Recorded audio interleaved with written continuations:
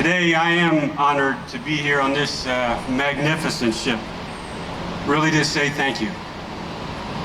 On behalf of the United States Marine Corps and the United States Navy and the American people, I am here to express our sincere thanks and to recognize the actions of the Director General of Maritime Operations, the Australian Clearance Diving Team 1, Her Majesty's Australian... All right, everybody, thanks for joining me. This is a new reaction from Graham. Graham wanted me to respond to this, and it's J. Graham. I have another Graham on here as well. Got a cough, sorry. And so this happens to be, apparently, it's titled, "The United States Marine Corps General Delivers a Speech Honoring ADF Personnel." So this is going to be interesting to me. You know, if you follow this channel for any length of time, y'all probably already know that I'm a retired United States Marine. I spent just a little over 21 years in uniform with the United States Marine, and 27 as a uniformed police officer. You know, uniform for most of that, civilian clothes for some of that, the last part. But anyway, so I'm excited to hear what this general has got to say, and hopefully he'll do me proud. You know, I love my Marine Corps.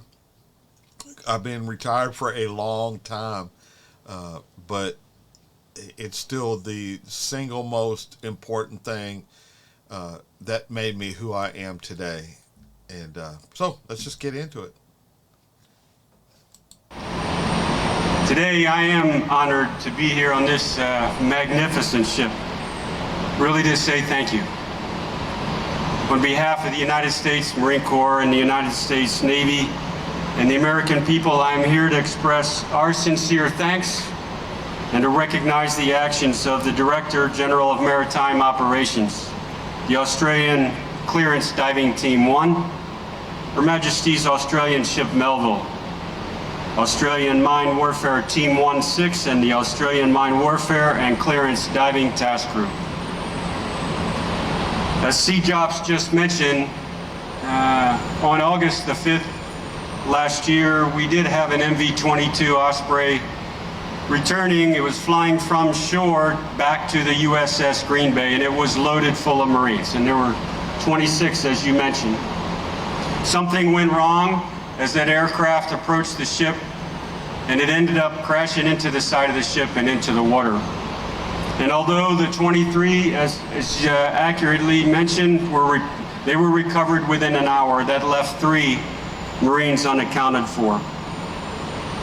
When I first heard about this accident, I was in Hawaii at our headquarters, and the first few phone calls that I made were to my boss, Admiral Harris at Pacific Command, my friend Admiral Scott Swift at Pacific Fleet, and actually Jim Caruso's team here at our U.S. Embassy. It was pretty clear early on in those first few phone calls that we did not have a U.S. Navy salvage team or deep divers nearby. So the second set of phone calls were to our friends in the Australian Defence Force. I would tell you that the response on the phone was immediate. We have what you need, and it will be on the way this afternoon. So I asked them, for this request, how should I forward the request to the right people to make sure that the format is followed and the procedures are good? And the answer was just as quick. You don't need to worry about any paperwork. You don't need to worry about a formal request. We got a phone call from you, help will be on the way. The next day, the very next day, the HMS Melville and Clearance Diving Team 1 and Mine Warfare Team 1-6, all of them arrived on scene, and they immediately met with the Marine Corps and the Navy leadership on board the Green Bay, and they started to plan that salvage and recovery operation. As Admiral Johnson mentioned, the The conditions during this operation were not ideal. The water depth, the constantly changing tides, the sea state on the surface meant that each individual dive had to be meticulously planned and executed. And I would tell you that your Royal Australian Navy teams were up to that task, and they performed brilliantly. I've served as a military diver in Marine reconnaissance units, and that by no means makes me an expert on diving or recovery operations or salvage operations, but I do have some appreciation for diving under less than ideal conditions.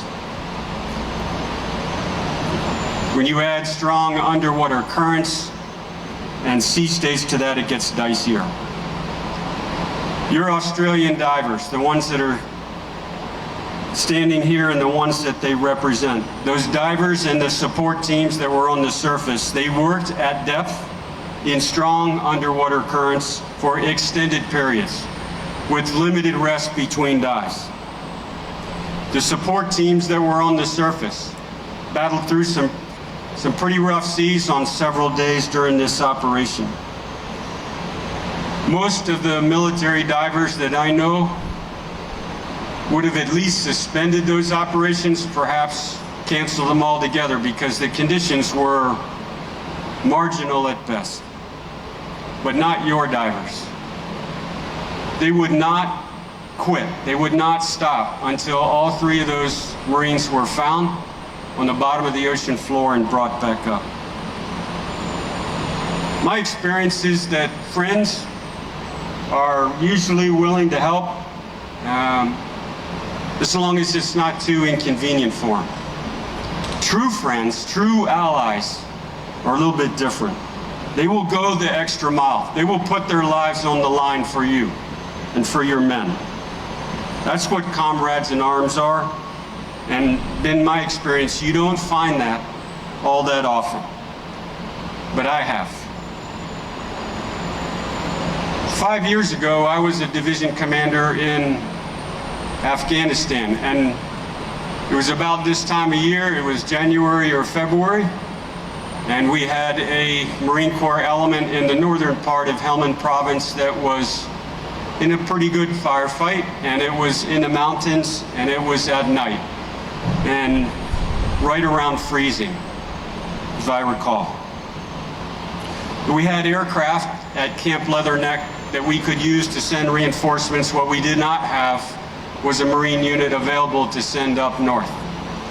In our operations center, in where I was, while I'm talking on the radio, there was a Australian Special Forces captain or major, I can't remember which, that we had worked with, him in his special operations element for several months. He overheard me talking on the radio and said, "Hey sir, we got this."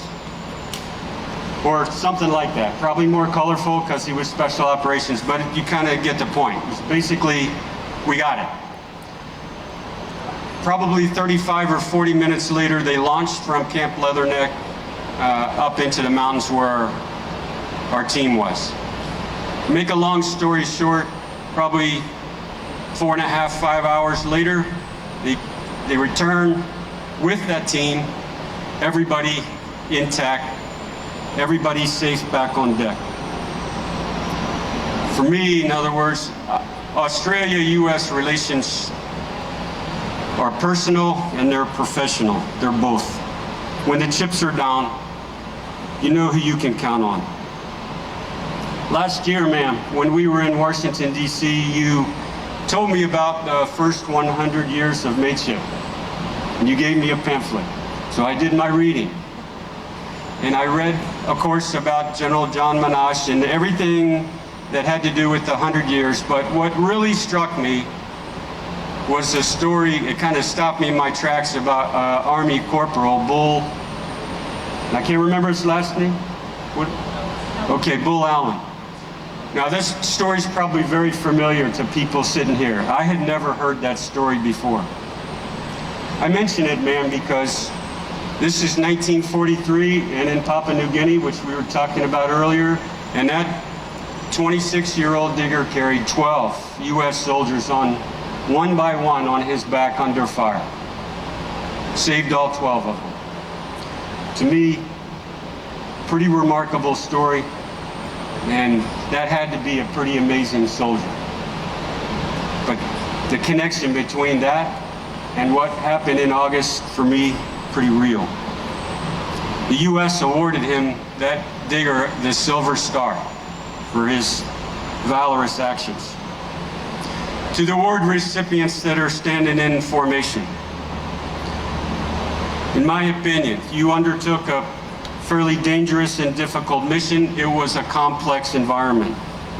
Overall, it was an extraordinary operation, and your efforts reflect the strength of our military alliance, and your efforts also show the bonds that we share.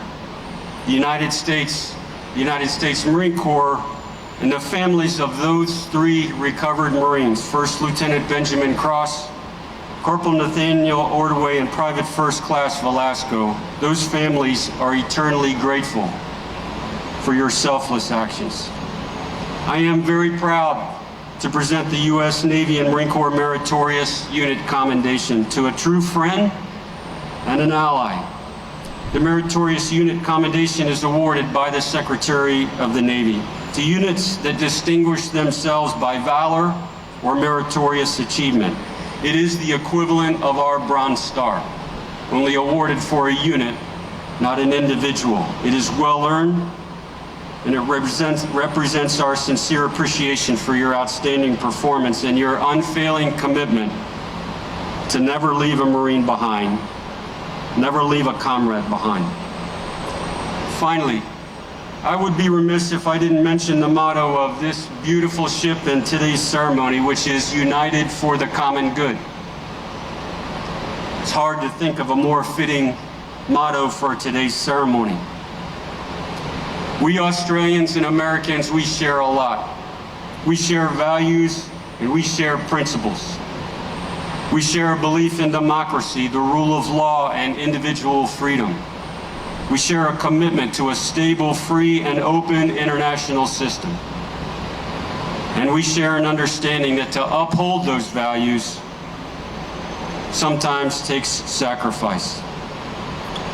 We have fought alongside for 100 years. We fought on more than 100 battlefields side by side in defense of those values. I believe that our history is important. We should never forget it. I believe we also live in a pretty tough world. And in a tough world, real friends really do matter. I don't know exactly what the challenges that we'll face in the future are, but I know that when we face them together, I feel a whole lot more confident about it. United for the common good. It's a pretty good theme. We value your friendship, your mateship, and on behalf of the United States Marine Corps, and the United States Navy, thank you.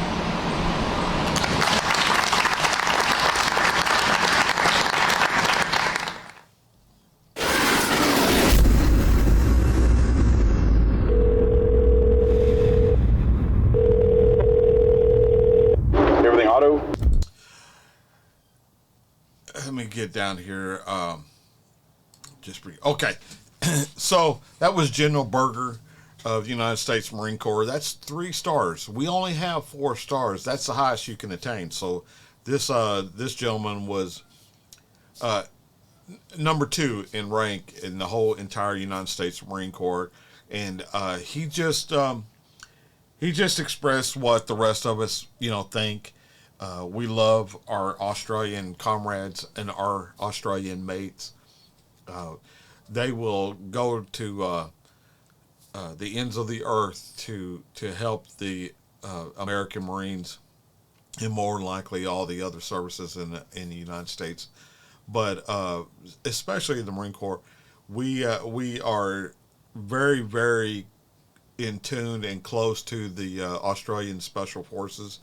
The Marine Corps is kind of, especially ground guys, are especially equipped and especially trained to interact with special forces of many nations, but respectfully, the Australian special forces and these guys who, these divers and all these guys who stayed on station to recover those fallen Marines is not a surprise to me. I'm honored that they did that, but that's who they are, the Australian Defense Force. That's who they are.